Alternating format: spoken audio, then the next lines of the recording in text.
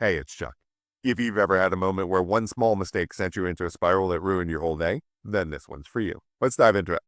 I talked yesterday about how shame builds a narrator in childhood, a voice that sounds like yours, but really isn't. Today, I want to talk about what happens in your body when that narrator gets activated, because shame isn't just a feeling, it's a neurological event. And once you understand that, it changes everything about how you're going to deal with it. When shame hits, your amygdala fires. That's the part of your brain that handles threat detection. And the key word here is threat, because your brain is processing shame the same way it would process physical danger. It doesn't distinguish between, oh my God, a bear is chasing me, and I just said something really stupid in that meeting.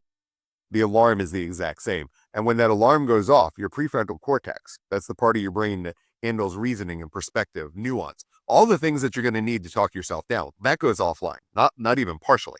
It functionally shuts down. And it's not because your brain damaged or weak or anything. It's because that part of your brain that does the clear thinking, that's been chemically overridden by the part of your brain that thinks you're in danger.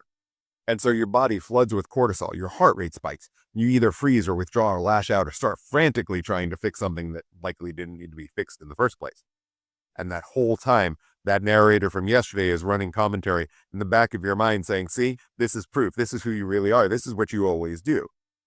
Researcher Alan Shore has been studying this for decades. And what he found was that shame responses are stored in the right hemisphere of the brain, the nonverbal, emotional, body-based side. And that's why shame doesn't respond to logic. You can't reason with it the same way you'd reason with anxiety or worry, because it's not living in the same reasoning part of your brain.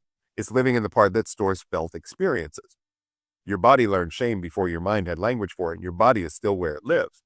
That heat in your face, the pit in your stomach, the urge to disappear, that's your nervous system responding to a perceived identity threat the same way it would respond to a physical one. And if shame is neurological, then willpower isn't the answer. Telling yourself to get over it or stop spiraling is like yelling at your amygdala to calm down. It doesn't work because you're using the wrong system. You're trying to use language and logic on something that doesn't speak that language or use that logic. What does work, and I'll get into this more as the series goes on, is anything that addresses the body first. So slowing your breathing, changing your physical position, interrupting that freeze, not because these things fix shame, but because they bring your prefrontal cortex back online so you can actually think again.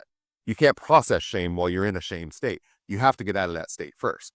Tomorrow, I'm going to talk about one of shame's favorite disguises, perfectionism. Because a lot of people who would never say, I carry shame, will absolutely say, I just have really high standards. And those two things are a lot more connected than you think. I'm Chuck, the bald therapist. Work on you. Take no bullshit. Remember that you matter, and have a gentle rest of your day.